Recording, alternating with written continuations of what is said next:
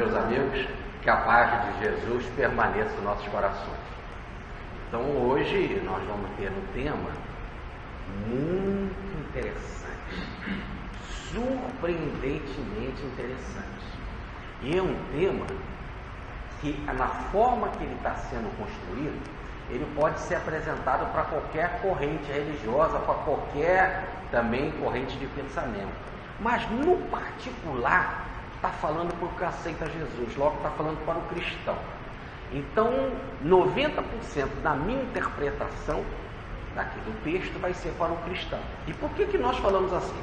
Porque o texto começa assim: nem todo aquele que diz Senhor, Senhor, entrará no reino dos céus. Então está se referindo a Jesus. A gente vê aqui, depois ele vai falar, segue as minhas palavras, etc. Então é ele. A pessoa o chama de Senhor, ou reconhece como Senhor. A palavra Senhor, aí no caso, é o Deus do Antigo Testamento. Tanto que nós vimos assim na Igreja Universal, quando fala-se, né? Jesus é o Senhor, né? Assim, que é o letreiro da igreja. Jesus é o Senhor. Que Senhor? É aquele Senhor do Antigo Testamento. E por que lá está a palavra Senhor? Porque como eles não podiam usar o nome de Deus, aí aquela passagem, não usar o nome de Deus em vão, eles trocavam a palavra Yahvé ou Jeová, que é o nome de Deus, que não deveria ser pronunciado por ninguém, para não sofrer castigo, porque ninguém poderia pronunciar sem passar pelo castigo. Logo, então, eles trocaram pela palavra Senhor, ou Adonai, quer dizer Senhor. Então, ele é o Adonai, ele é o Senhor do Antigo Testamento. Então, você está reconhecendo ele como o Deus do Antigo Testamento. E esse Deus do Antigo Testamento não é o Deus absoluto que nós entendemos aqui, Deus. É que antigamente tudo que era espírito que se manifestava, né, os daimons, eles chamavam de Deus. Então, nós estamos apenas se referindo a um espírito muito superior, que é o Deus particular de Israel, o Deus particular da revelação judaica, e que depois reencarnou entre os judeus. Então, a pessoa não só aqui aceita Jesus, mas o aceita naquela grandeza. Você é aquele espírito que guiou Israel desde a sua formação, desde Abraão, desde Moisés, e orientou e inspirou todos os profetas. Então é a base do assentamento da primeira revelação, está toda dentro da segunda revelação. E a pessoa começa então fazendo essa saudação, ou chamando de Senhor. Mas diz Jesus, logo está falando com quem aceita ele, e quem aceita ele é cristão. Tá certo? Ele está se referindo particularmente ao cristão, aquele que diz que aceita Jesus. Tanto que ele chega ao ponto de reconhecê-lo como um Senhor. Senhor, Senhor. Poderíamos dizer nós, grande Jesus, grande Jesus. Não é só por dizer isso, e muitos dizem isso, que vão entrar no reino dos céus. Logo, não adianta citar Jesus. Não adianta ter Jesus em alta conta.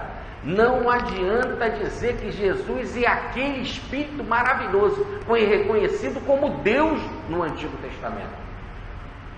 Não é por aceitar isso e falar isso que você vai entrar no reino de Deus. Já estamos então diante de um tema de extrema importância. Tá certo? Como estivesse dizendo assim, não é porque a pessoa frequenta um templo cristão, não é porque ela aceita Jesus que ela vai entrar no reino dos céus. E Jesus então já afirma isso. Muitos dirão. Aí vem a contrapartida. O próprio cristão faz a sua defesa. Ele vai fazer a sua defesa, e dizendo que não só falei Senhor, Senhor, te reconheço como Senhor, o Senhor da vida, o Senhor que construiu a terra e que fez tudo na terra, quer dizer, o Deus da terra, o governador da terra. Não só, Senhor, mas há mais coisa que eu faço nesse reconhecimento do teu nome. Olha o que a pessoa diz.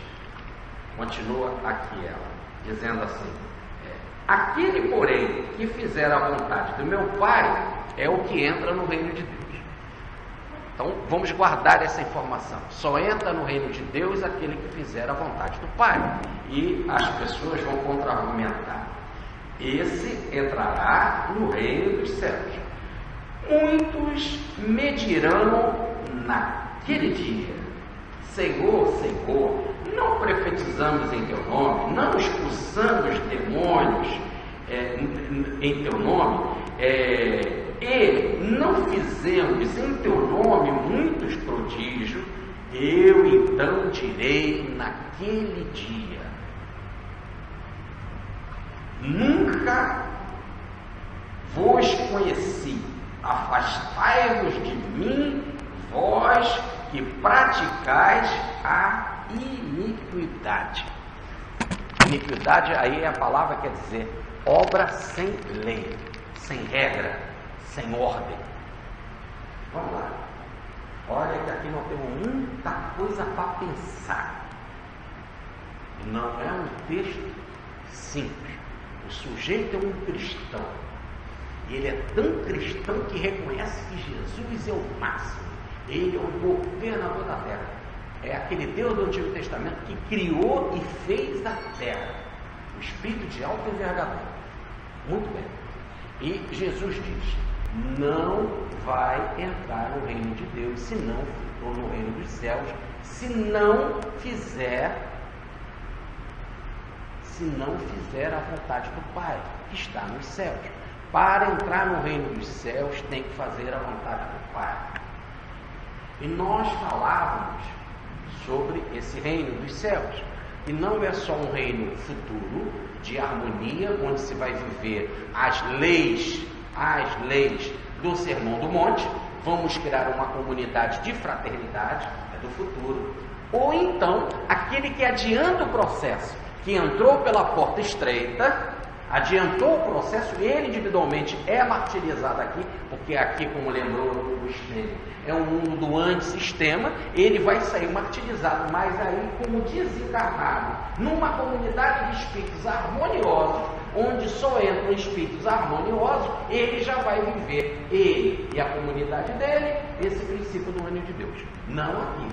Aqui, só quando a coletividade viver essa harmonia. Nós falávamos isso quando estudávamos em detalhe a mensagem do Sermão do Monte.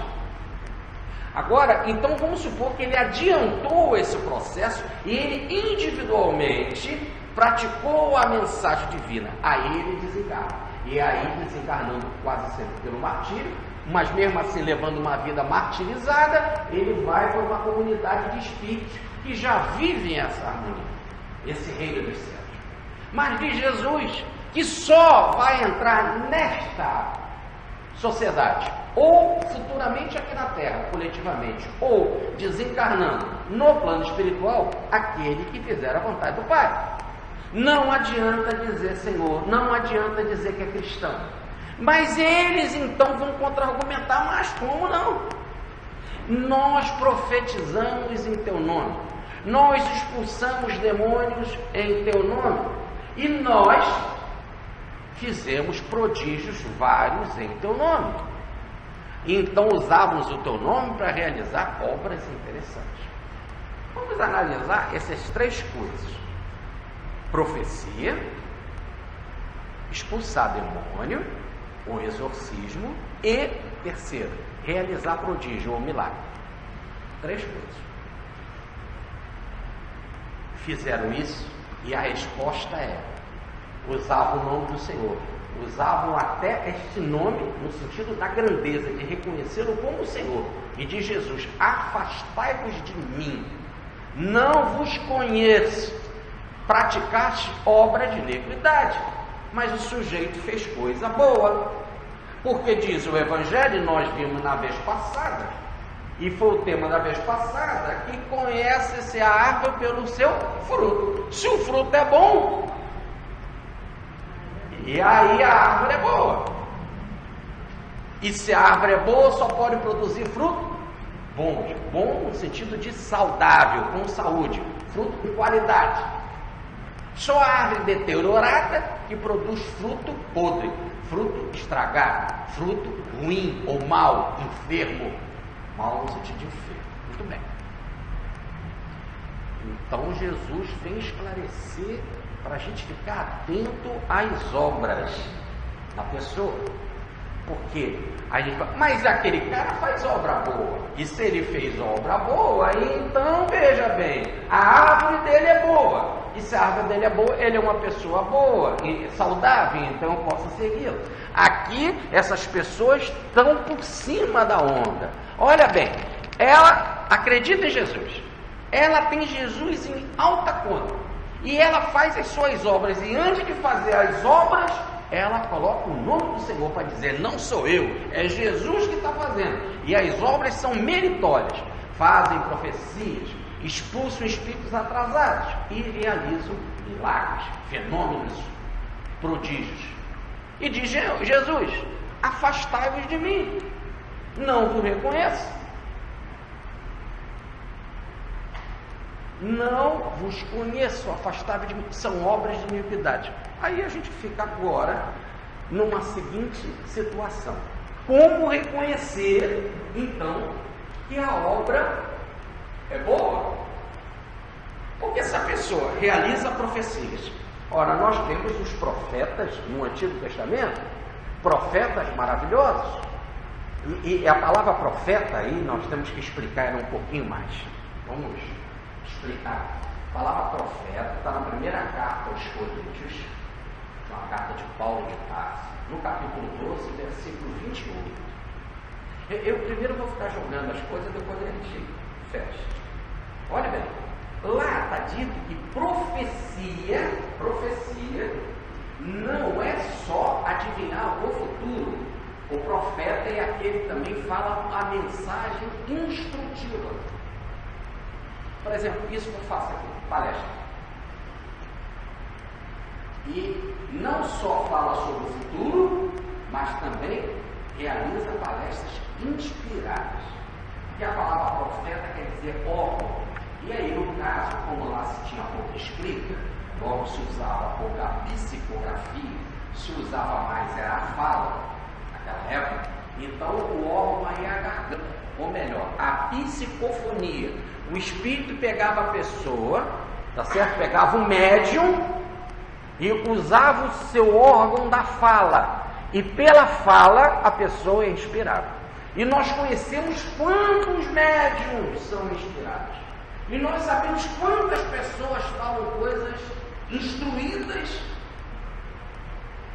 sobre o espírito, inclusive tomadas espiritualmente. Inclusive não só tomadas espiritualmente, porque às vezes é notório que a pessoa está inspirada, né? Mas inclusive às vezes fala tomado diretamente pelo espírito no processo de psicofonia. Não só intuído, mas inspirado. Agora vamos começar a falar assim. Se a palavra é boa, a mensagem é boa, e aí houve a inspiração, o espírito te pegou e falou uma mensagem para você, ou te inspirou a mensagem, quem falou? Foi o médium ou o espírito? O espírito. Então guardemos, o espírito pode não ter feito obra de iniquidade. A resposta está para o médium, aquele que profetizou. Não está se falando do espírito em si que agiu, está se falando do médium. E o médium, mesmo nessa situação, ainda vai ter algumas dificuldades.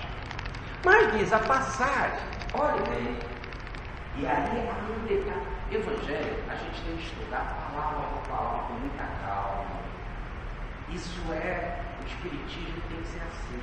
Nós não podemos pegar um texto, ler, é isso. Isso é quando a gente está com pressa, sabe? Isso é quando a gente tem algo para informar rapidamente numa determinada situação. O certo é isso. O certo é analisar, é quase que escrever o texto e botar assim, palavra por palavra. Repare bem, o texto é pequenininho, olha. O texto é pequenininho. Olha quanta coisa que eu escrevi. Eu tenho que pesquisar palavra por palavra. E mesmo assim, isso não quer dizer, eu não estou dizendo que isso aqui é perfeito. Eu só estou dizendo que foi o máximo que eu consegui captar agora, e nesse momento. Agora veja bem, não é algo assim, sabe, uma leitura. Tem que ser com muito cuidado, porque atrás de uma palavrinha tem uma determinada explicação. Olha bem, diz a passagem, naquele dia Se é naquele dia, significa que, olha bem, Jesus disse, nem todo aquele que me reconhece Senhor, Senhor, entrará no reino de Deus. Para entrar no reino dos céus, tem que fazer a vontade do Pai. Mas naquele dia há uma entonação. Naquele dia, a pessoa me dirá, mas eu não expulsei demônio, eu não profetizei, eu não fiz prodígio em teu nome.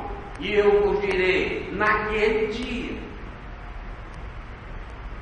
não vos conheço, afastai-vos de mim, são obras de iniquidade. Então a primeira coisa que eu vou perguntar é que dia é esse?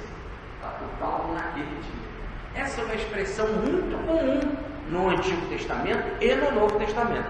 Eu não vou aqui listar todas as passagens do Antigo Testamento e do Novo Testamento que abordam o tal do naquele dia, porque senão vai ficar cansativo, não é o objetivo da palestra. Mas saibam que há muitas passagens no Antigo Testamento e no Novo Testamento que falam do tal naquele dia. Vamos citar duas. Uma do Antigo Testamento, está em Isaías, no capítulo 2, versículo 20. Outra está no Apocalipse, no capítulo 19, versículo 19. Então eu citei um grande profeta do Antigo Testamento, Isaías, capítulo 2, versículo 20, e o último livro do Novo Testamento, o Apocalipse, capítulo 19, versículo 19. E o que fala do tal do naquele dia? Naquele dia é o dia do julgamento. Então é o cristão que aceitava Jesus, tinha Jesus em alta conta, que realizava profecias, não só sabia sobre o futuro, mas era inspirado na sua fala, expulsava demônios, realizava muitos prodígios, dizia que era em nome de Jesus e desencarnou. Está passando por um julgamento espiritual, porque ainda não chegou a transformação da terra.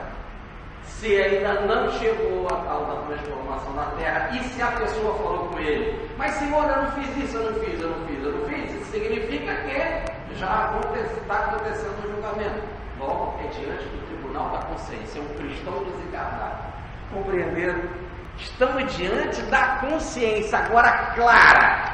É o sujeito que aqui na terra se dizia que aceitava Jesus, que falava em nome de Jesus, que realizava várias obras diante de Jesus e que desencarnou. E que agora, diante do tribunal da sua consciência, vai agir. Pergunta 621 do Livro dos Espíritos, na parte A. Aonde está a lei de Deus? Na vossa consciência. E na vossa consciência, se está a lei de Deus, diz Jesus. Só quem faz a vontade do Pai entra no reino dos céus. Parece que a pessoa estava no julgamento e não entrou no reino dos céus e vai fazer a sua defesa.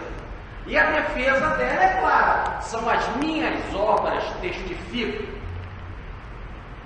O Stênio acabou de ler uma frase como essa, das obras que são a prova dos 9. E nós temos a frase de Tiago: mostre-me a tua fé sem as tuas obras, que eu mostrarei as minhas obras pela fé. As obras são importantes. Então a defesa dela não poderia ser melhor. Diante do tribunal da consciência, ela não entrando direto no reino dos céus, a pessoa entra no reino dos céus, quem faz a vontade divina, algo aconteceu. Ela então não fez a vontade divina. E ela questiona: mas Senhor, mais uma vez ela reconhece: tu é o máximo, tu é o governador. Falo que realizei obras em teu nome, fui médium em teu nome, profeta.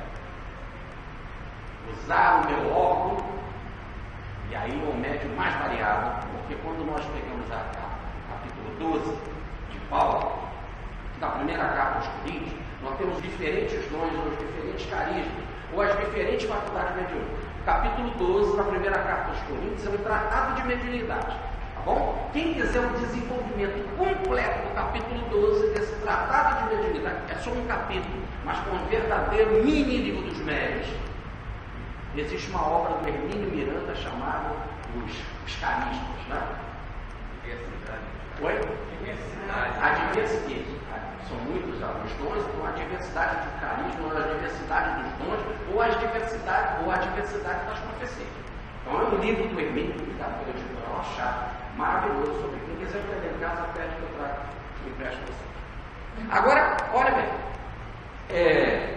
o desenvolvimento lá desse capítulo. Então, a pessoa diz que ele era profeta, hoje, na interpretação do capítulo 12, tinha muitos tipos de mediunidade, e usava a mediunidade em teu nome, e agora não entro no reino dos céus.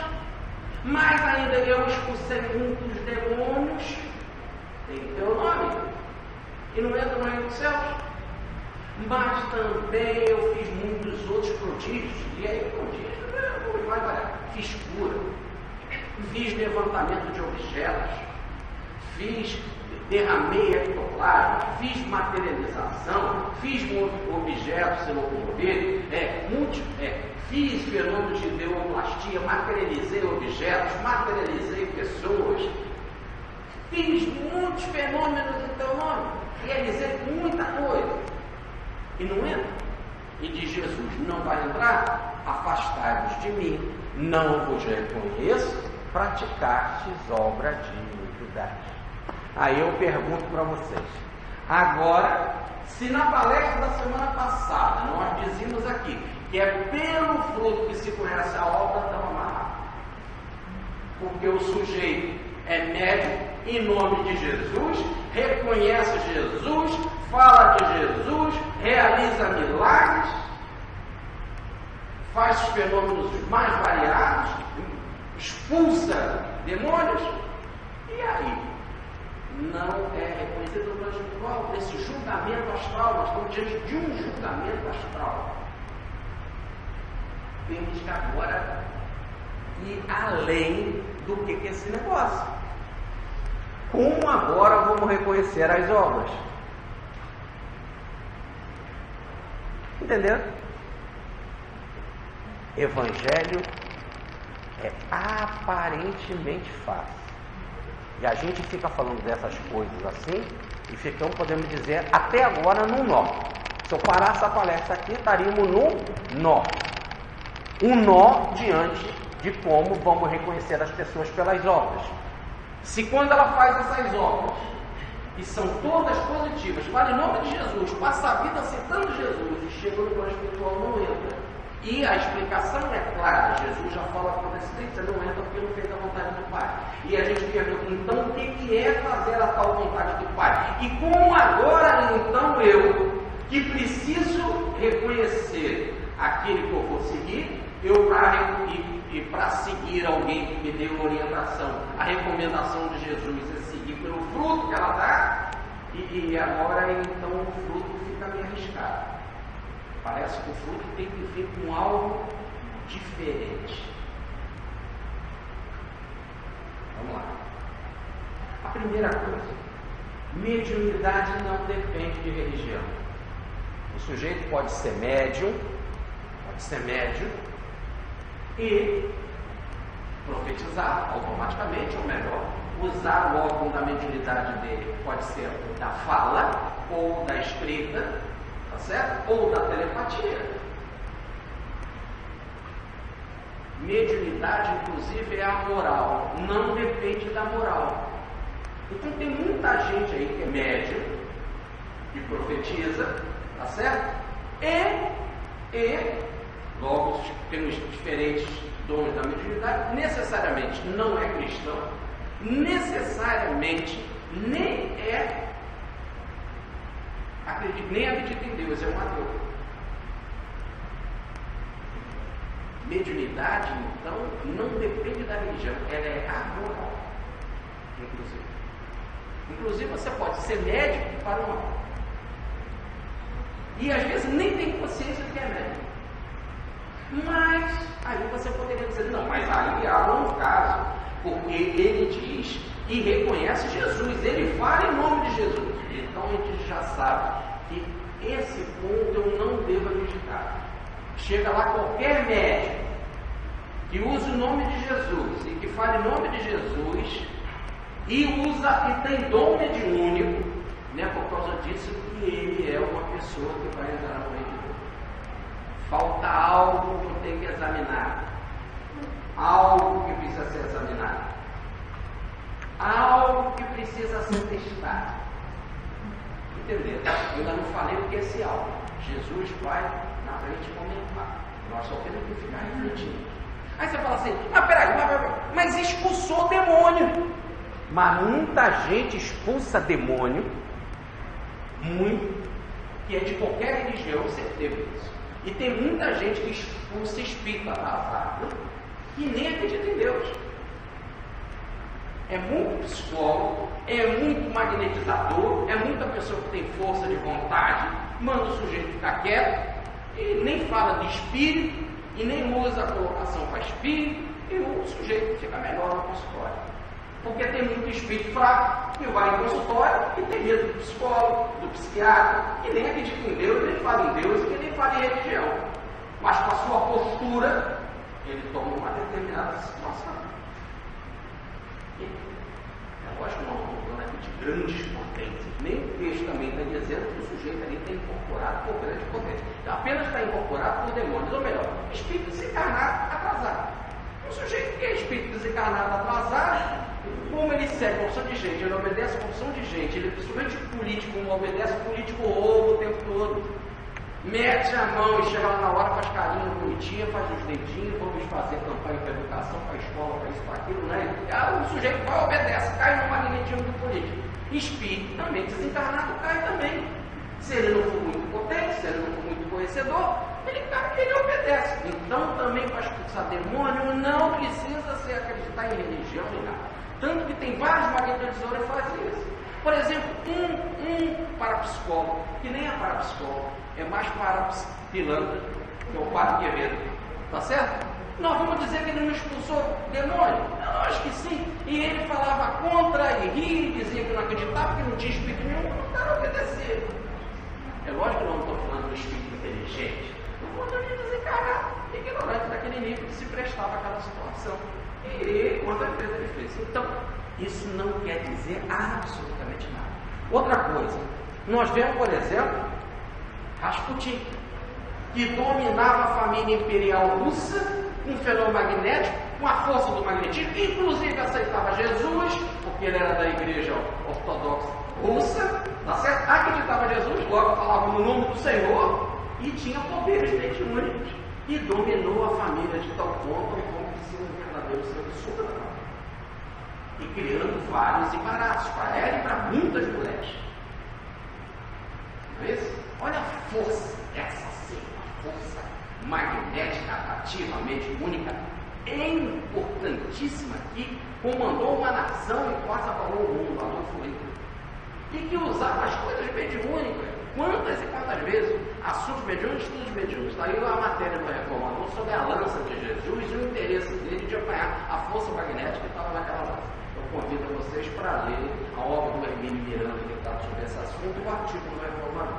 Agora, repare, isso é deveras importante, que tem muita pessoa que está aí realizando fenômenos e nem toca nesse assunto. Uri Geller foi na televisão e ao vivo o Brasil inteiro entortou gato, entortou colher, tá certo? Fez força magnética, mexeu em aparelho, movimentou bússola, sem citar uma vez Jesus.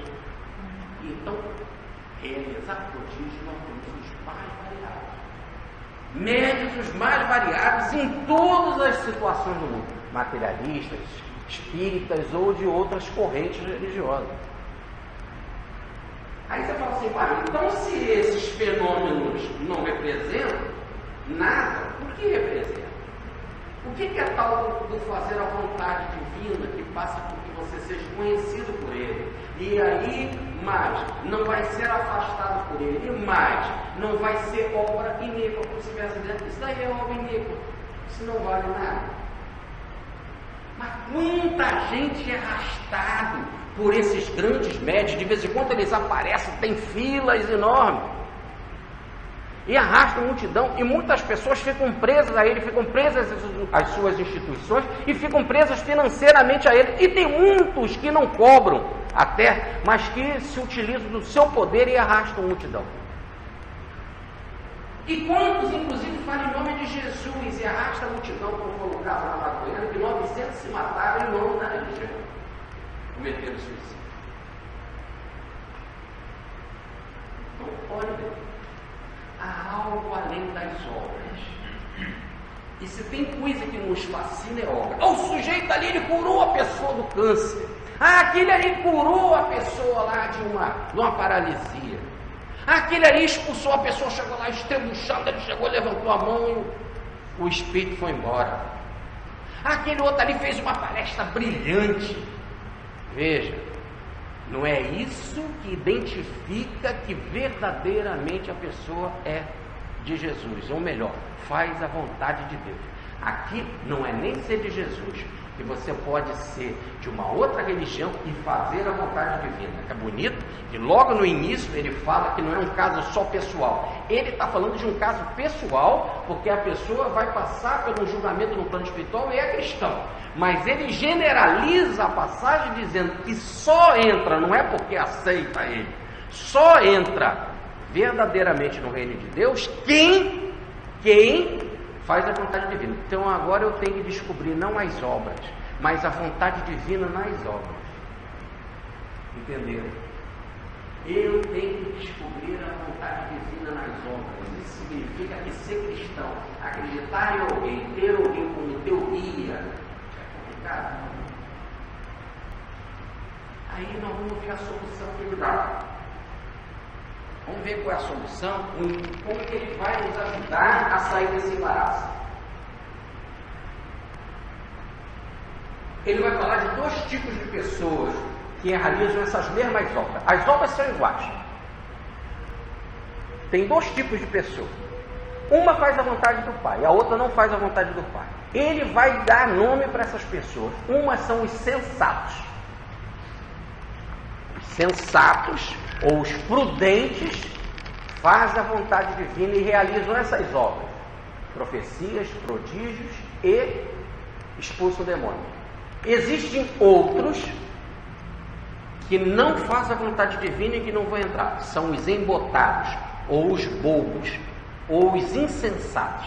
A palavra insensata aí é bobo, ou embotado, limitado, o sujeito é limitado, embotado.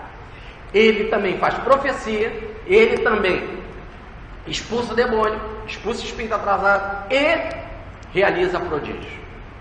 Um entra no reino dos céus porque é sensato, faz a vontade divina. O outro não entra no reino dos céus porque é insensato, não faz a vontade divina.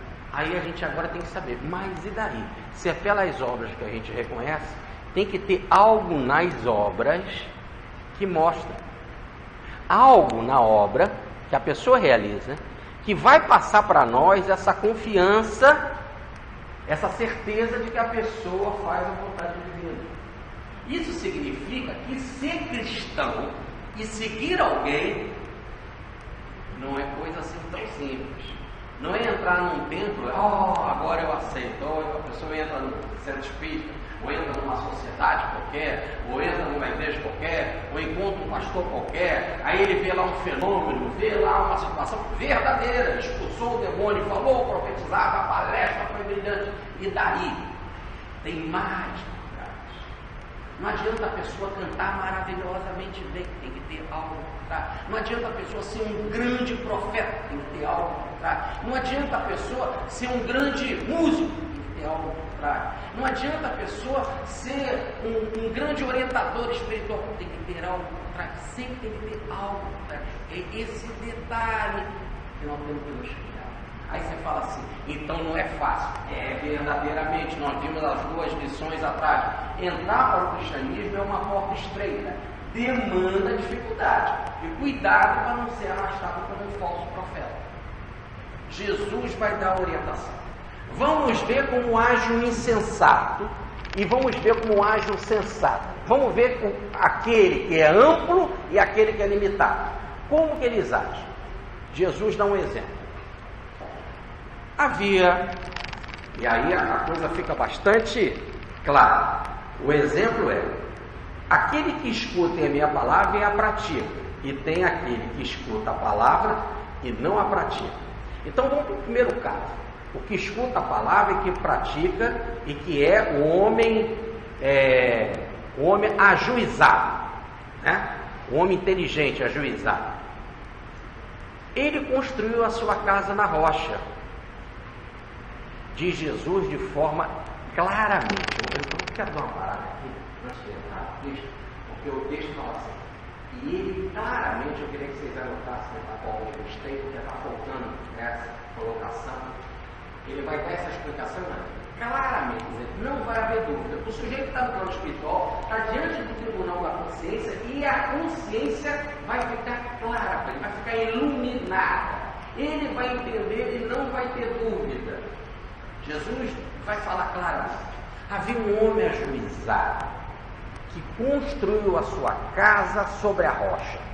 O texto rocha vocês colocam assim: ele cavou, saiu da terra superficial, procurou uma região rochosa no fundo, foi lá na profundidade. Na profundidade ele encontrou uma região rochosa, então coloca isso. Aprofundou o terreno para encontrar a rocha. Crescendo nessa colocação. Ele aprofundou, encontrou um local rochoso e fez o alicerce da sua casa. Agora a sua casa foi fruto de um trabalho. Ele não ficou na superfície, ele cavou. E quando ele cavou, ele procurou um terreno que desse sustentação, que é um terreno rochoso. Nesse terreno rochoso ele construiu a casa. Agora ela está bem alicerçada. E vão acontecer 3 situações. Vem a chuva, vem a enxurrada, a enchente do rio, né? Enxurrada, e vem o vento, vai dar na casa, e ela não vai cair, não vai passar por ruína, a casa vai ficar de pé. Tudo bem? Agora vamos ver como age o insensato, ou o embotado, ou bobo. A palavra também pode ser bobo no grego, tá? O bocó. Ele pega e constrói a casa na superfície. Não cava. Não cavando, ele não sabe se lá embaixo tem rocha. E mesmo se tendo, ele fez na superfície. Então não adianta fazer na areia. Na areia. Mesmo tendo rocha lá embaixo, aquela areia é superficial. E pode também não ter rocha lá embaixo. Tem que cavar para procurar rocha. Ele não quis ter trabalho. Ele não quis ter trabalho, ele não cavou e construiu a sua casa sobre a areia. Não importa se embaixo tem rocha ou não. Tá certo? A casa sobre a areia. Vem a chuva, vem a enxurrada e vem o vento. Vai bater na casa. A casa vai cair. E grande será a ruína. Porque não só é a casa, mas é a ruína. Você perde tudo, você perde documento, como muitas vezes perde a vida. Tá certo? Então, a casa não só caiu, mas você teve uma grande perda, um desperdício. Então nós temos 3 situações que colocam em xeque a resistência da casa. Chuva, enxurrada e vento. Ou melhor, algo que vem de cima, algo que vem de redor, que é enxurrada, não é isso? E algo que vem por baixo. Então, a enxurrada, perdão, vem por baixo e o vento pega de todos os lados. Então o vento pega por todos os lados, a chuva pega por cima e a enxurrada vai lá no alicerce. Se você é uma pessoa sensata, ou ajuizada, tem a cabeça no lugar, você cavou fundo, teve um pouquinho mais de trabalho, procurou um local de rocha e construiu a sua casa ali. A situação de provação externa, que vem de cima, que vem dos lados, que vem por baixo, pegou o sujeito e ele não caiu. Tá certo? Muito bem. Vamos para o segundo caso. O outro não quis ter trabalho, não cavou. E mesmo cavando, não procurou uma terra que tenha rocha. Fez a sua casa. Quando veio a pancada da chuva, pegou ele por cima. Quando veio o vento, pegou ele pelo lado. Quando veio enxurrada, pegou ele pelo baixo, pelo alicerce. Ele não tinha estrutura. Desabou e foi grande ruína. Essa é a colocação de Jesus. Então agora nós temos que aprofundar mais isso. Olhem só, essas 3 situações de chuva, vento e chuva, vento e enxurrada São situações adversas na vida. E é lógico que você tem que transportar isso para a parábola, para a pessoa. E agora nós temos que interpretar o que vem a ser casa e o que vem a ser essas três adversidades: chuva, enxurrada e vento. O que é casa? O que é chuva, adversidade e a chuva, enxurrada e vento? Vamos devagar. Primeiro, a casa está se falando da personalidade, é da estrutura do homem. Paulo de Tarso tem uma carta, na primeira carta aos Coríntios, no capítulo 3, versículo 16, que diz assim: não sabeis que sois templo de Deus e o Espírito de Deus habita em vós? Então o templo aí é casa. Daí dizer Jesus: se destruirdes este templo, esta casa, eu erguerei em 3 dias. E aí eles disseram: mas como? Esse templo levou 46 anos para ser reconstruído. Você está dizendo que em 3 dias se destruir, ele vai ser reconstruído? Aí tem uma nota de João, é que ele não estava falando do templo, ele estava falando do seu corpo. Ele não está falando do templo de Ele, ele está falando do seu corpo. Se o seu corpo sim for destruído, aí sim ele erguerá em 3 dias, como ele ergueu no fenômeno da ressurreição, deixando o mundo vazio. Então nós vemos essa expressão de templo, casa, tenda, é uma outra colocação de Paulo. Tenda, casa e templo são expressões usadas na Bíblia para falar da própria estrutura nossa, da nossa condição de encarnar. O nosso templo, a nossa casa, a nossa tenda, como diz Paulo. Perdão, Pedro, nós temos uma tenda passageira, né? Estamos aqui acampados, e daqui a pouco essa tenda vai ficar para lá e a gente vai desencarnar. Então, a casa é a personalidade, é a estrutura. Então, a tua vida de encarnado aqui, você tem que se estruturar ela na rocha. Você tem que garantir a sua vida na firmeza. Não é obra que vai te garantir. Você tem que estar alicerçado na rocha. E para encontrar a rocha, não está na superfície. Porque a primeira pedra que você encontra pode ser uma pedra muito fina. Pode ser uma camada fina e fraca.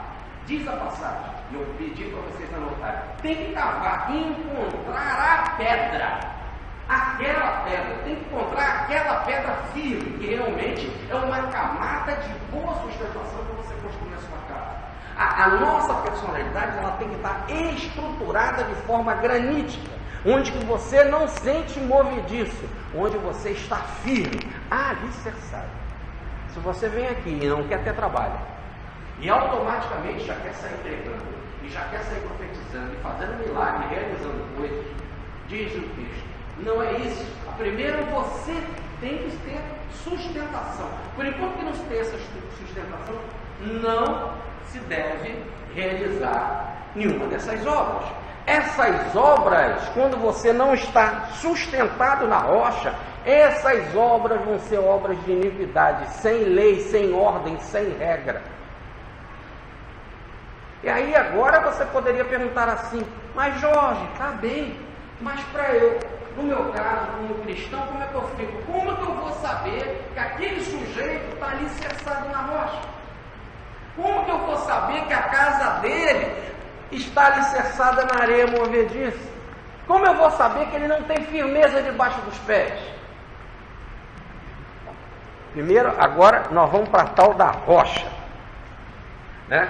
Vamos para a tal da rocha, que é a expressão que está lá na carta de Paulo. Isso é a colocação do Antigo Testamento e do Novo. Eu não vou ficar citando uma opção de versículo, porque senão vai ser cansativo. Basta um caso. E é muito interessante se você for na Bíblia, você pega esse caso, sempre tem a nota de rodapé do lado te dizendo tantos outros versículos do Antigo ou do Novo Testamento que falam a mesma coisa. Então vamos pegar um caso. Primeira carta aos Coríntios de Paulo, porque já que nós estamos tanto citando a carta aos Coríntios, essa primeira carta aos Coríntios, no capítulo 10, versículo 4. Está lá escrito: Cristo é a pedra. Pronto. Agora, se a casa é a tua personalidade, eu tenho que cavar, procurar Cristo. Cristo é a pedra. A minha vida tem que estar alicerçada em Cristo. A minha vida tem que ser alicerçada em Cristo. Não sou eu, é Cristo que tem que fazer. Mas como que eu, cristão, vou saber que aquele cara, aquele outro está alicerçado em Cristo? Como que eu vou saber que ele está firme em Cristo, está unido a Cristo? Porque quando você constrói a tua casa na rocha, significa que não há mais diferença entre você, a casa, e a rocha. Porque a rocha foi cavada, a estrutura da sua casa, o alicerce, as ferragens foram introduzidas na rocha e há agora uma unidade entre a estrutura da casa e a pedra. Em que passa agora a estrutura da casa, o alicerce da casa, não ser diferente da pedra. O alicerce da casa e a pedra em si formam uma unidade, um único bloco. Está agarrado. Podemos dizer assim, está tão agarrado que a casa ela é segurada e sustentada pela rocha. E se a rocha é Cristo, a colocação é: o problema não é de realizar obra. Seja lá a profecia que você fizer, seja lá a expulsão do demônio que você fizer, seja lá o prodígio que você fizer. O importante é você estar, a tua vida, alicerçada em Cristo. E aí, vocês poderiam dizer assim: mas como eu vou saber que a pessoa está alicerçada em Cristo? Porque tem tantos outros que falam em nome de Jesus, usa o nome de Jesus, realiza milagres, fala profecias, expulsa demônios, e ele não está sustentado por Jesus, ele não está amarrado na rocha. Como que eu vou saber? Como que eu vou saber? Vai, ser cristão não é fácil.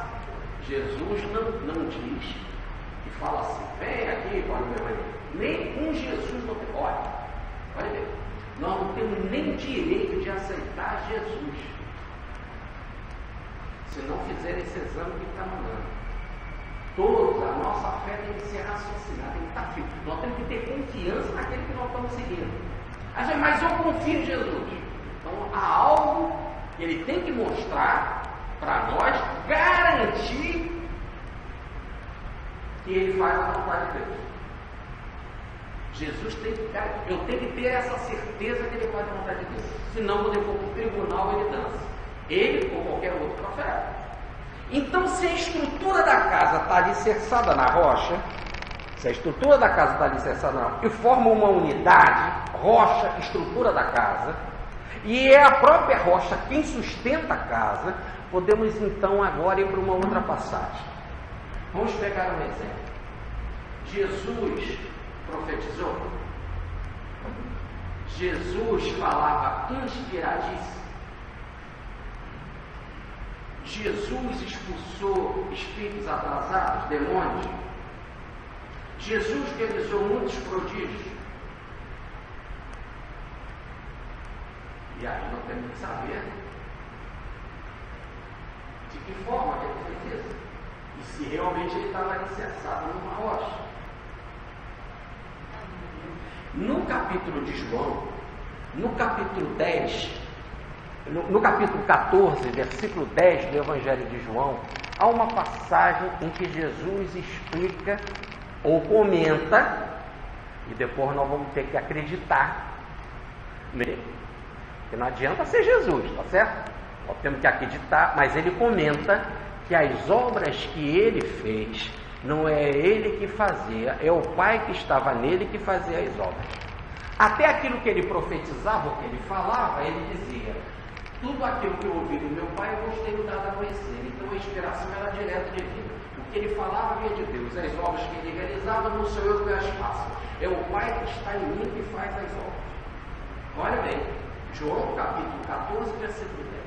As obras que eu faço, não sou eu que as faço. É o Pai que está em mim que faz as obras. Então vamos pegar as três obras: profecias, expulsar demônio e os diversos prodígios. Ele diz que ele estava alicerçado na rocha divina e que não era ele, mas era essa sustentação divina que agia através dele. Kardec percebeu isso muito bem na Gênesis, pediu autorização ao senhor Belemé, que você fez a pesquisa para nós e vocês, pediu autorização porque o senhor Belemé, em 1867, foi genial, dizendo que Jesus é o médio de Deus. Kardec pediu autorização e colocou na Gênesis no ano de 1868. Dizendo que Jesus é o médio de Deus. Por quê?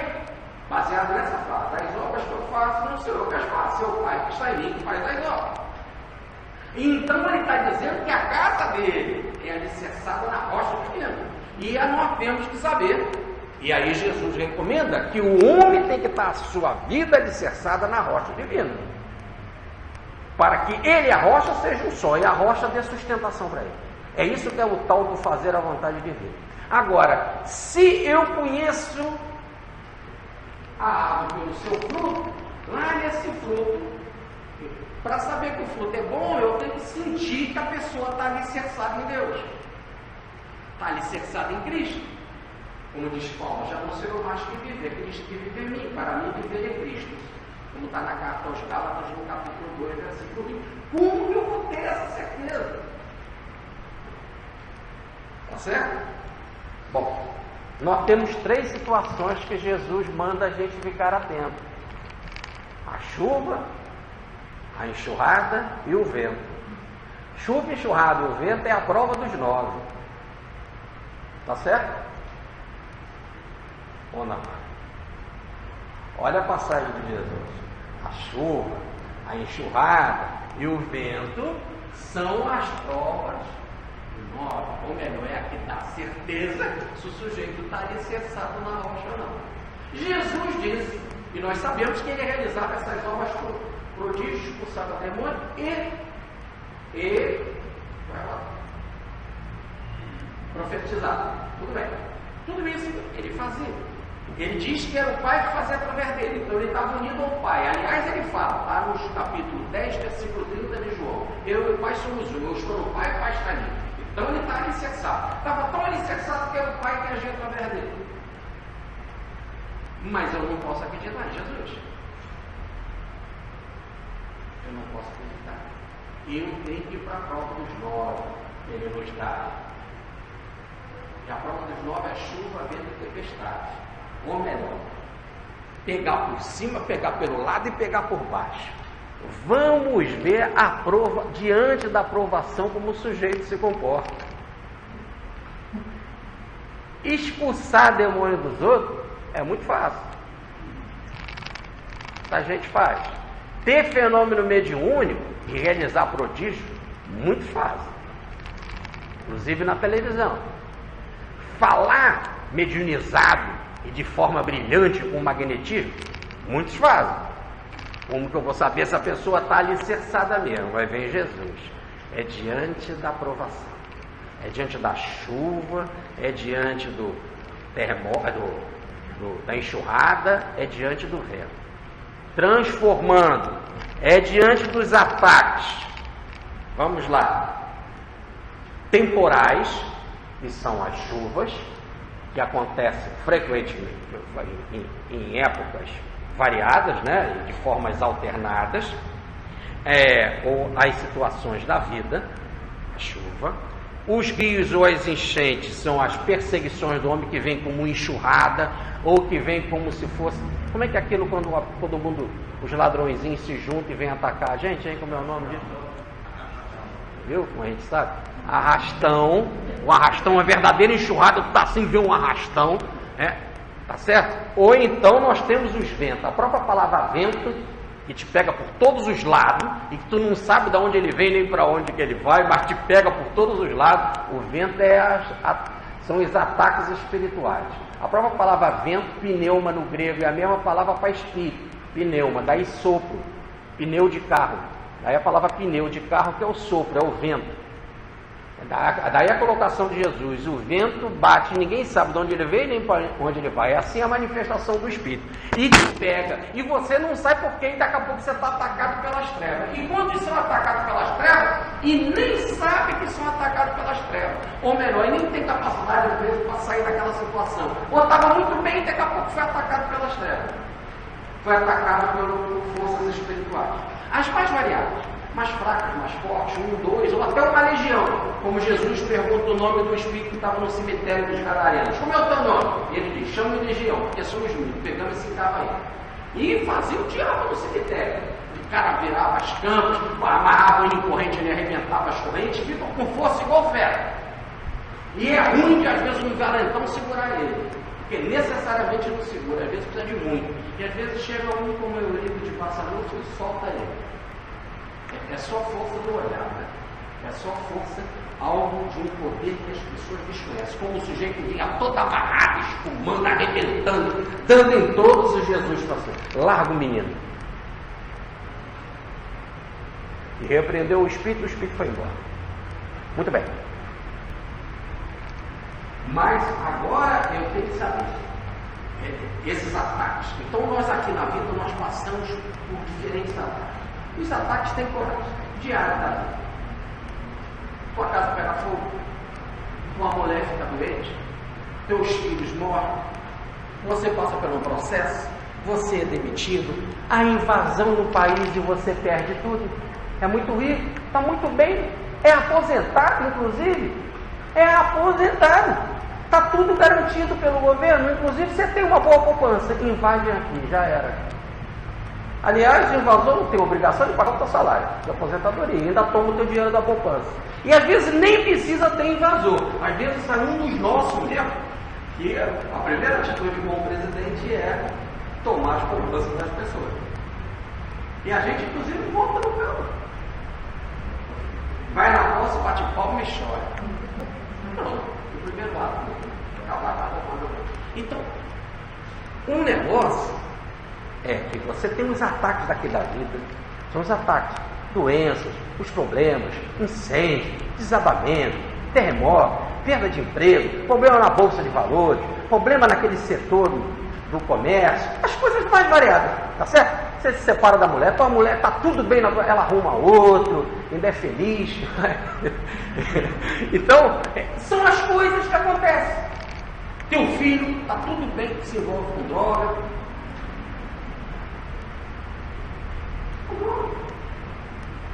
Situação.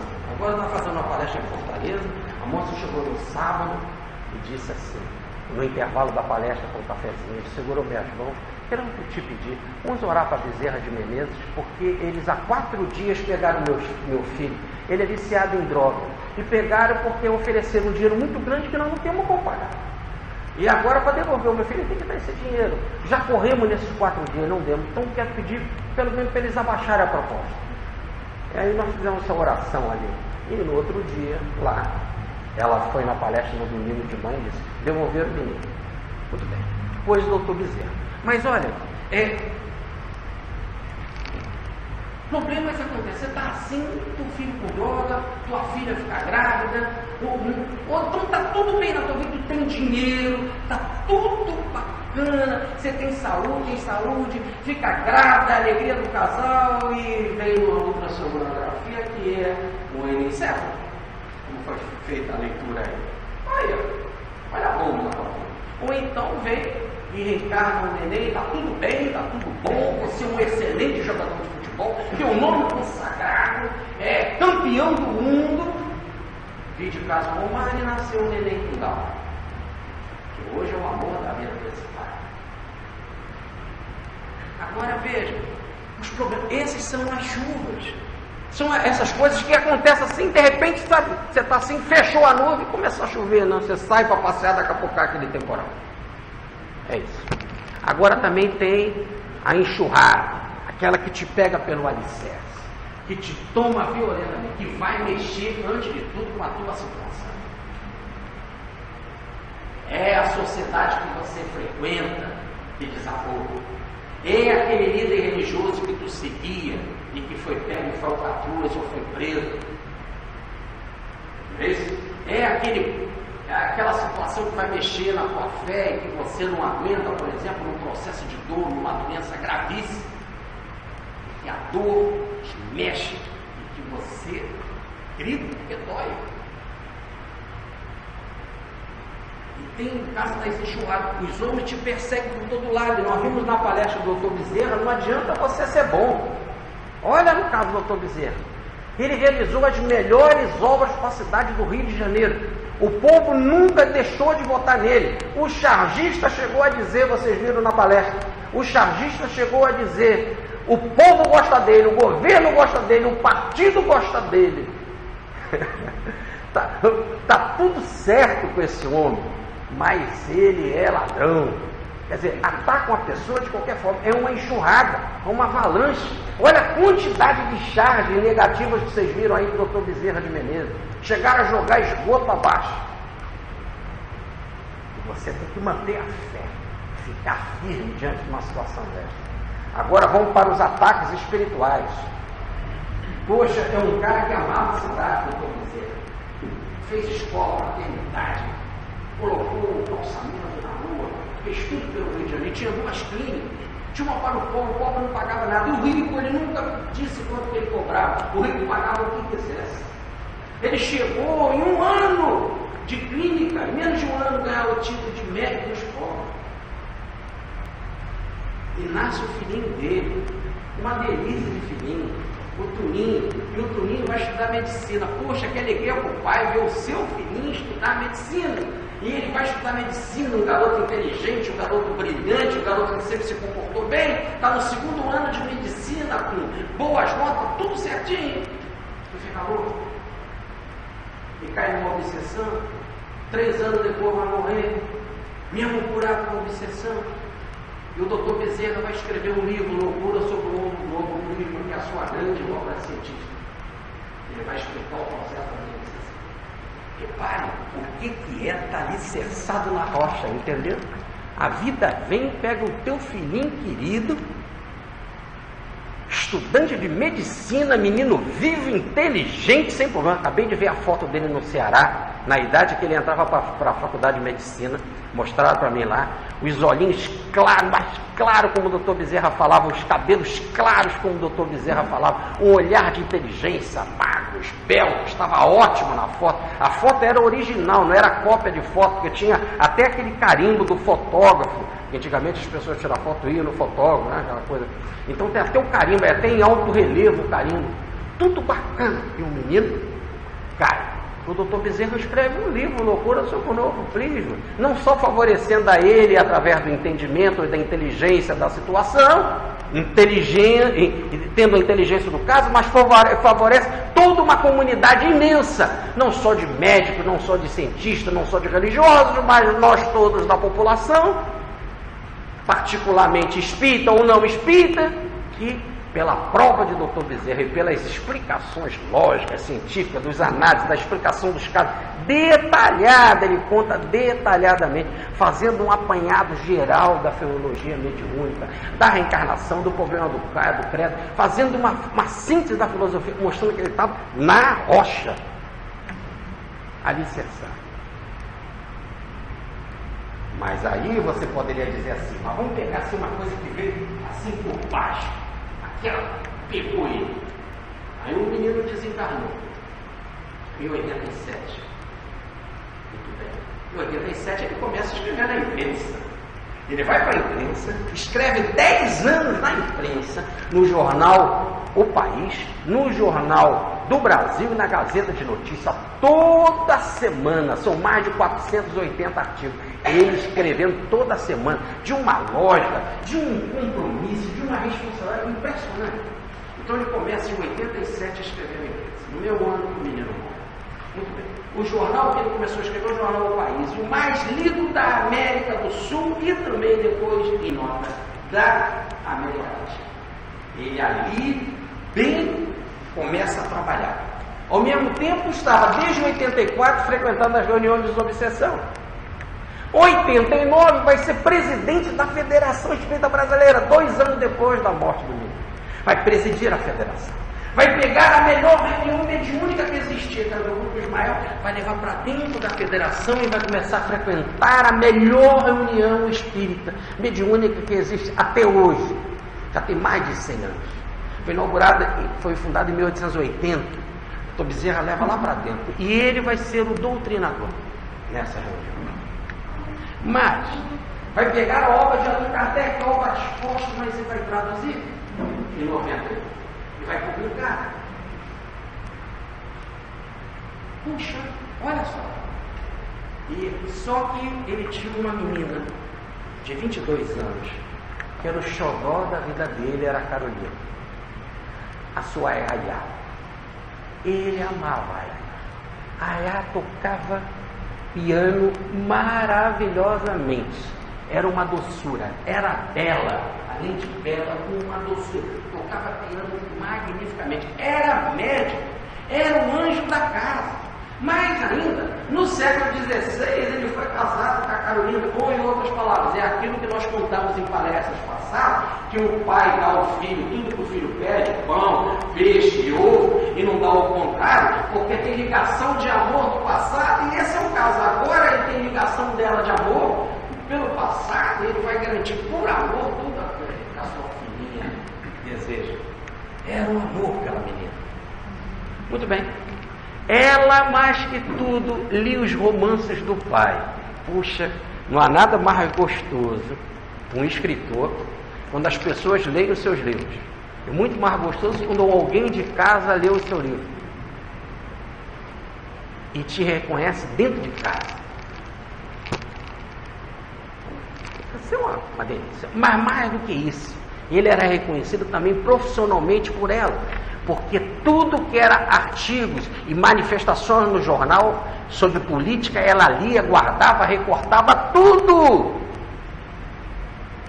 Ela também era louca pelo pai politicamente e pelos romances do pai. Era o carinho do pai. Fez 22 anos.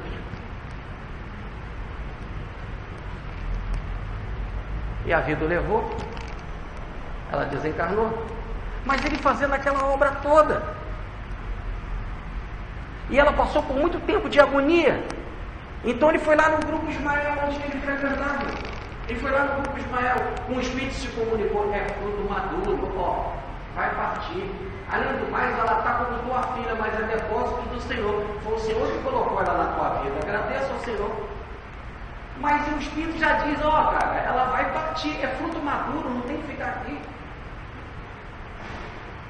Mas depois veio a sua mãezinha, a dona Fabiana, mãezinha de Bezerra, dá uma comunicação. E a menina lá, ainda no trânsito da morte, uma longa doença. A dona Fabiana dá uma comunicação dizendo, ó, você pensa que ela que sofre? Vocês aí sofrem muito mais do que ela várias vezes se afasta do corpo e vive a vida do espírito. E ela pediu isso por você, para fortalecer mais você. Uma expiação tua, para te ajudar. Ela é um espírito, ó, está lá para cima. Ela veio para te ajudar, é você que está ajudando ela. E o doutor Bezerra disse, ela sabia sofrer, porque era espírita, então na toda a sua grandeza. Não é que o espírito seja melhor do que o outro, mas aí o espírito está no sentido de que tinha a fé consolidada, por isso sabia passar pelo que passava. Depois veio Romualdo, dizendo que ela ia desencarnar, e aí ela desencarna. Com 22 anos, sabe o que ele faz? Vai ao grupo Ismael, ela dita uma comunicação lindíssima. O seu anjo de guarda, o mentor dela, diz que ela jamais voltará para cá. E jamais ele vai se preocupar com problemas com ela, porque agora ela está livre definitivamente por ser um espírito maduro. Cumpriu o que tinha que cumprir para essa faixa nossa aqui da Terra, de um mundo de expiação. Quer dizer, é uma daquelas que é do reino dos céus. O doutor Bezerra pega essas mensagens todas. Pega essas mensagens todas.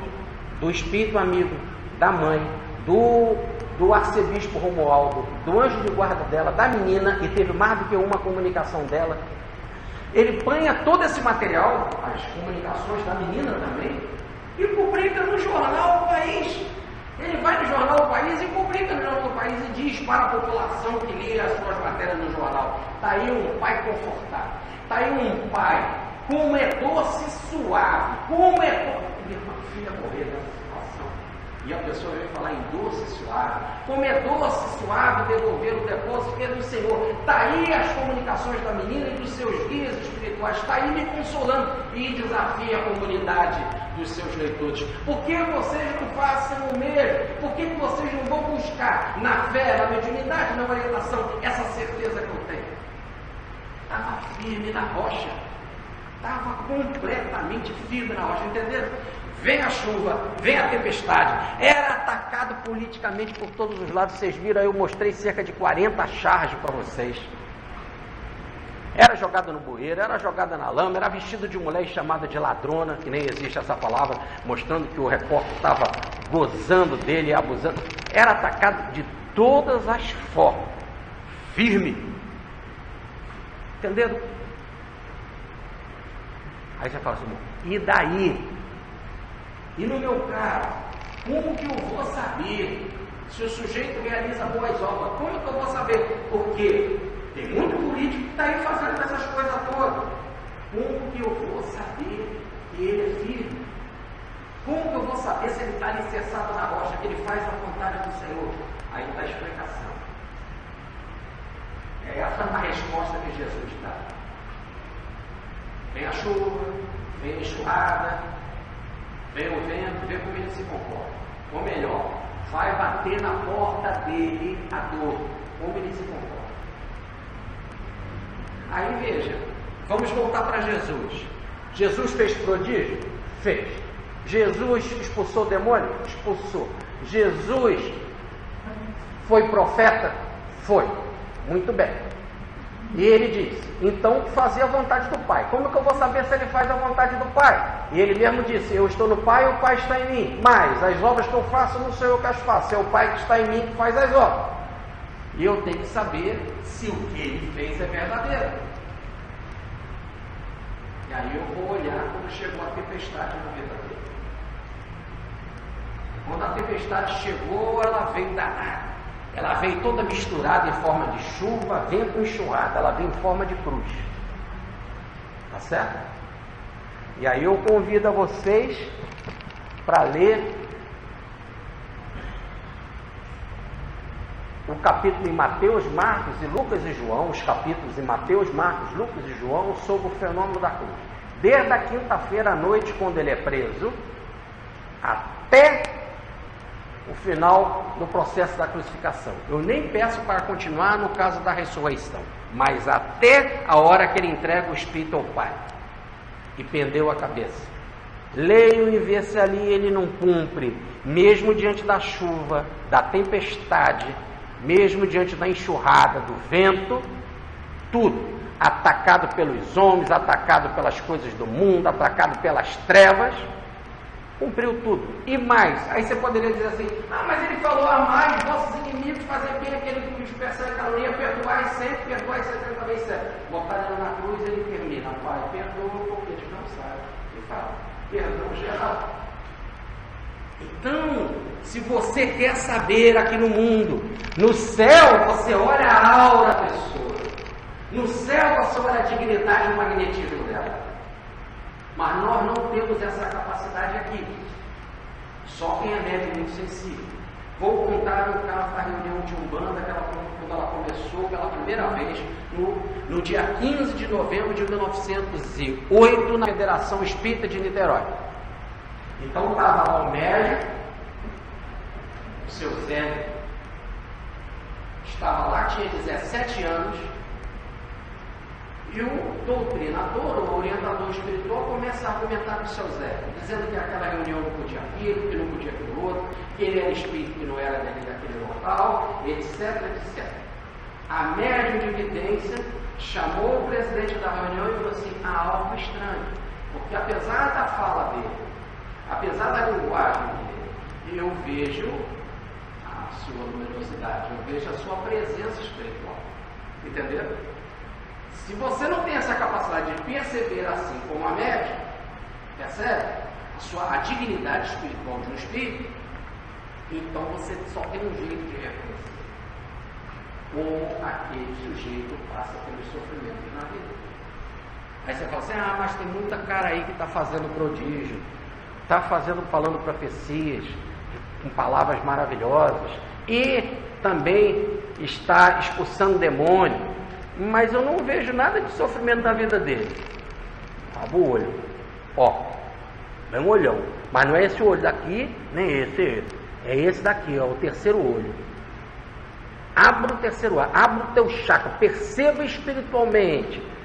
Que negócio é esse de um sujeito passar aqui na Terra, Mas Jesus já não tinha dito que a porta é estreita, que o caminho é apertado. Como o sujeito passa bonitinho na televisão, bacaninha, cheio de gravata, de terno, arrumadinho, sem problema, não é atacado, só elogiado, e é rico, e vive bem, tem conforto.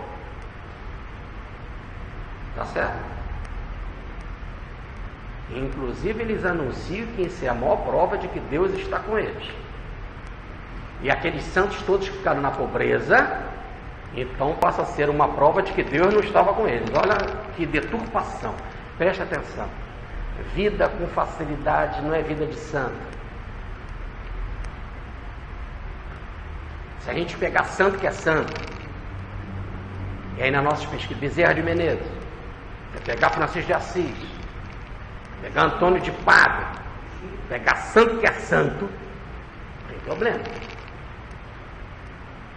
E não precisa ir longe. Você está na tua cidade. Qual é a tua cidade? Rio de Janeiro. Qual o mentor do Rio de Janeiro? São Sebastião. Pronto. Já viram o que aconteceu, né? É assim. A porta é estreita, o caminho.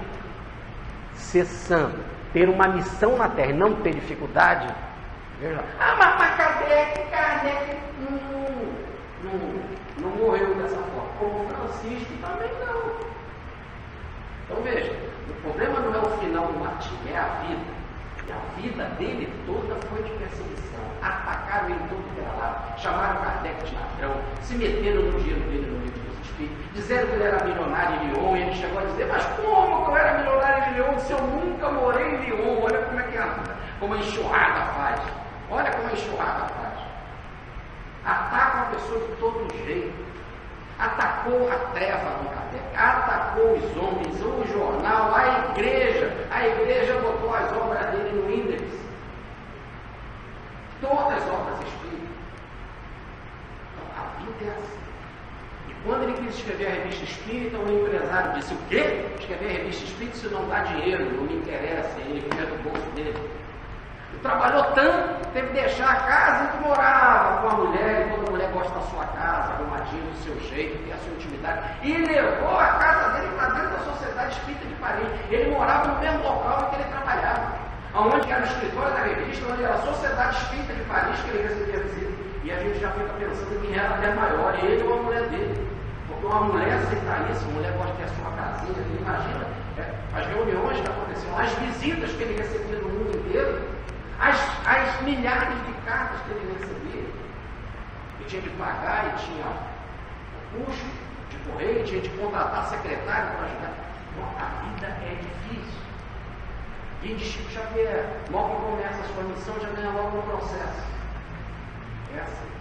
Como que a pessoa se comporta diante da adversidade? Então não é pelo fruto que se conhece a obra, mas quando você pega um fruto bom, profecia, expulsando o demônio e prodígio, está aí, bons frutos, aí você pensa, ei, tudo bem, foi esse cara que produziu, como é a vida dele? Como é que é o comportamento dele diante da dor, diante do problema, do exemplo, da sua dignidade de vida? Compreendendo? Da intimidade dele. O lar dele é aberto, porque é lar de santo, todo mundo conhece. Todo mundo sabia como era a vida de Ubaldo, todo mundo sabia como era a vida de Chico Xavier, todo mundo sabia como era a vida de Francisco de Assis. Santo não se esconde. Então, santo que é santo é radiografado. Ele te dá acesso. Evidentemente, ele tem as horas dele, porque o Chico tinha de dormir, o Pietrobal tinha de dormir, tinha o seu trabalho para escrever. Tem que ter disciplina, mas recebia a todos, fazia palestra, estava com todos. Os seus endereços são vistos, abertos, casas simples, normais, de todos eles. Um ganhou até uma casa, que não tinha nem condição de comprar casa com o cara de Pietrobal, estava no olho da rua. E como ele se comportou? Acreditando em Cristo. No ano que foi para o olho da rua, escreveu uma mensagem, a nova era. Olha bem, você vai ser despejado e escreve uma mensagem, a nova era. Como você se comporta?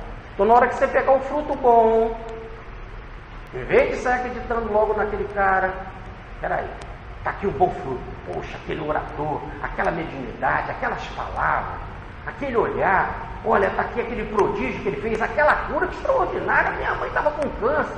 Pô, e agora expulsou o demônio, eu vi, o cara veio lá, está se estrebuchando, ele calado, o cara ficou calado. Muito bem, que nem Jesus, quieto, o cara ficou quieto. Muito bem, como que é a vida dele diante das adversidades? Agora Jesus está mandando a gente radiografar o profeta, radiografar um médium, radiografar um chamado mestre. Nós não temos só que olhar o fruto, nós temos que olhar a árvore e como ela se comporta diante da adversidade. Sendo assim, conclui o texto. Jesus, ou melhor, o evangelista conclui o texto. A multidão ouviu Jesus falar isso, compreendeu porque ele falava claramente, e a multidão disse assim: agora eu entendo. Esse cara fala com autoridade, diferente dos fariseus e dos escribas que eles ouviram falar. Agora eu tenho uma explicação bem clara. Escuto sempre o fariseu falar na minha sinagoga. Escuto sempre os escribas andando por aí, interpretando os textos. E agora eu vejo como ele age. E olha que diferença dele para os outros. É assim que ele tem que fazer. E não é errado. Se você receber uma mensagem do Chico, fazer isso. Recebeu uma mensagem de volta, analisar. Estende acabou de fazer isso. Lê uma palavra de um médium que merece o nosso respeito, de um médium. Vamos analisar? Vamos entender? É assim. E não é errado. É dever nosso analisar as coisas. E analisando para lá, analisando para cá, que negócio é esse? De médico não autorizado a oferecer a boca. Sentiram? A Olga ali, ó. Ali um ponto. Isso é carnificina, não está autorizado pela medicina. Como? Que médico tinha autoridade para fazer isso? Segundo a Constituição, era crime. Agora, a partir dessa semana, não. Entenderam? É assim, você pega algo, analisa, é dever nosso. E quando você chegar lá no hospital e diz assim: mas foi o padre que falou, foi o orador lá no centro espírita que falou, foi o médico que me disse, foi a comunicação do espírito, foi isso, foi aquilo. O problema é teu, porque a instrução é essa de como fazer.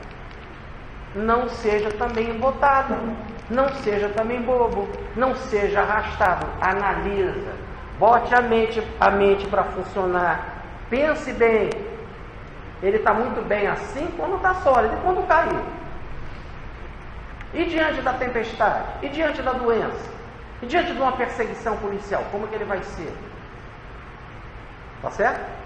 É isso que pede Jesus. Olha como se comporta os grandes homens e olha como se comporta outros. Que na hora da adversidade, ó, é o primeiro a fugir.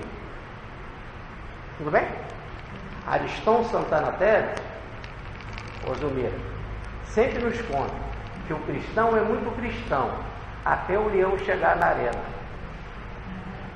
e fala assim: oi cristão.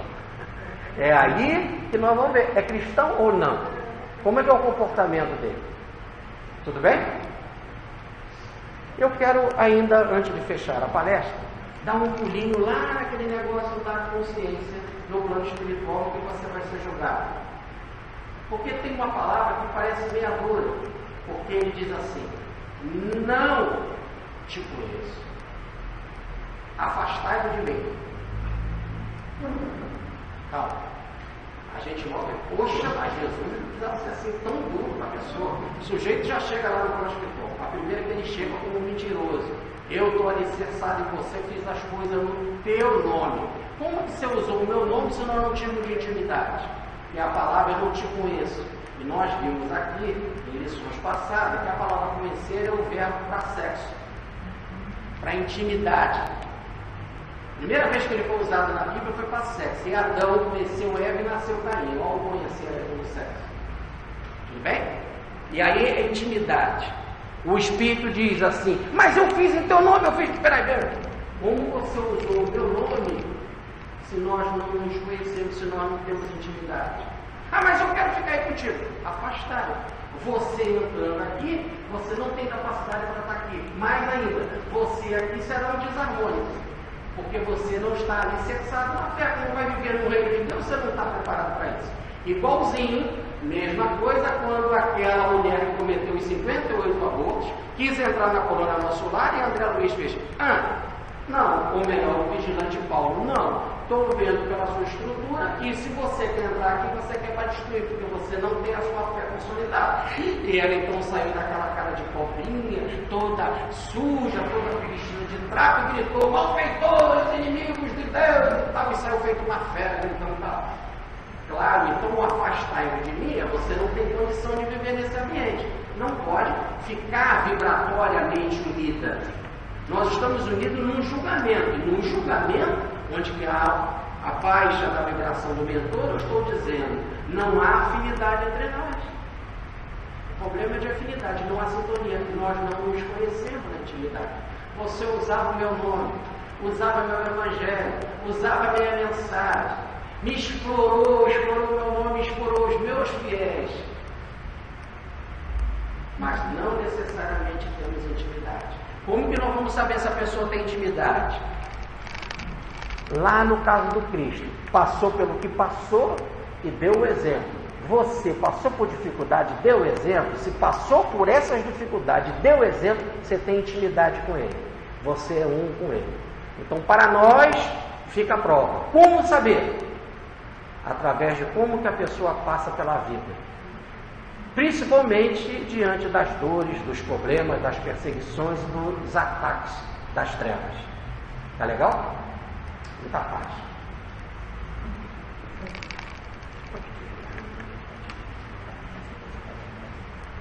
Tá bebendo minha água? Não, essa é minha.